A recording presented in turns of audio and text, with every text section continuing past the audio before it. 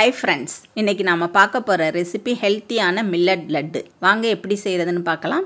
இதற்கு தேவையான பொருட்கள்: பொட்டுக்கடலை, சாமை, கேப்பை, பாசிப்பருப்பு, வரகு, கம்பு, குதிரவாளி, திணை, சுக்கு சிறிதளவு, ஏலக்காய் தேவையான அளவு, பார்லி, தேங்காய் துருவல், வெல்லம் இனிப்புக்கு தேவையான அளவு. நான் இன்னைக்கு எடுத்துருக்க அளவு பார்த்தீங்கன்னா வரகு, திணை, சாமை, குதிரவாளி, கம்பு, கேப்பை 50 கிராம், பொட்டுக்கடலை 2 ஸ்பூன், பாசிப்பருப்பு 2 ஸ்பூன், பார்லி 1 ஸ்பூன். அடுப்பில் அடி கனமான பாத்திரம் வச்சுட்டு சட்டி நல்லா சூடானதும் அடுப்பை சிம்மில் வச்சுருங்க.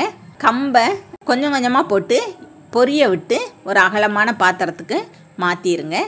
கேப்பையும் கொஞ்சம் கொஞ்சமாக போட்டு 2 டைம்ஸாக வறுத்தெடுத்து பாத்திரத்தில் சேர்த்துருங்க. வரகு ஒரு 2 நிமிஷம் வறுத்துட்டு பாத்திரத்துக்கு மாற்றிடுங்க. குதிரவாளி அதையும் 2 நிமிஷம் நல்லா வறுத்துட்டு பாத்திரத்தில் சேர்த்துருங்க.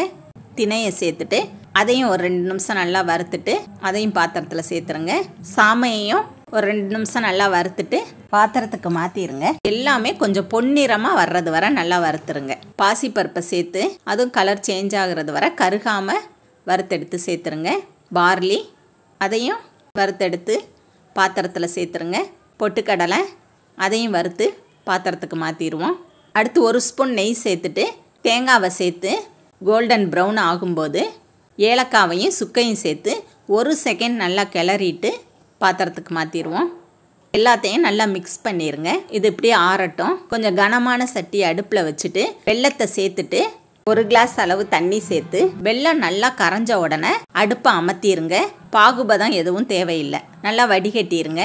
வறுத்து வச்ச இன்க்ரீடியன்ட்ஸ் ஆறிடுச்சு. ஒரு ட்ரையான மிக்ஸி ஜாரில் நான் 2 டைம்ஸாக போட்டு நல்லா எந்த அளவு பொடி பண்ண முடியுமோ அந்த அளவு நல்லா பொடி பண்ணி நான் 2 டைமாக போட்டு இதே மாதிரி அரைச்சி அகலமான பாத்திரத்துக்கு மாற்றிடுறேன். அடுப்பில் சட்டி வச்சு 4லேருந்து 5 ஸ்பூன் நெய் சேர்த்துக்கோங்க. நெய் சூடானதும் அடுப்பை சிம்மில் வச்சுட்டு அரைச்சி வச்ச மாவை சேர்த்து அடுப்பை சிம்மில் வச்சுட்டு 5 செகண்டு கைவிடாமல் கிளறுங்க.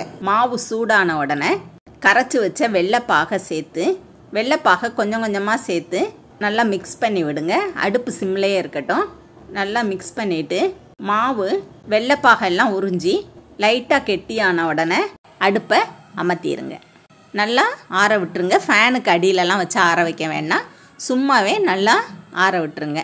இப்போ கையில் கொஞ்சமாக நெய் தடவி ஒரு மிதமான சூடு வரவும் நல்லா பிசைஞ்சு விடுங்க. கையில் நெய் தடவிக்கிட்டு தேவையான அளவு எடுத்து உருண்டை பிடிச்சி பாத்திரத்தில் எடுத்து வச்சுக்கோங்க. இது ரொம்ப ஹெல்த்தியான லட்டு, டேஸ்ட்டும் நல்லாயிருக்கும். இதே மாதிரி நீங்களும் செஞ்சு பாருங்கள். என்னோடய வீடியோவை ஃபஸ்ட் டைம் பார்க்குறீங்கன்னா சப்ஸ்கிரைப் பண்ணிடுங்க. தேங்க்ஸ் ஃபார் வாட்சிங்.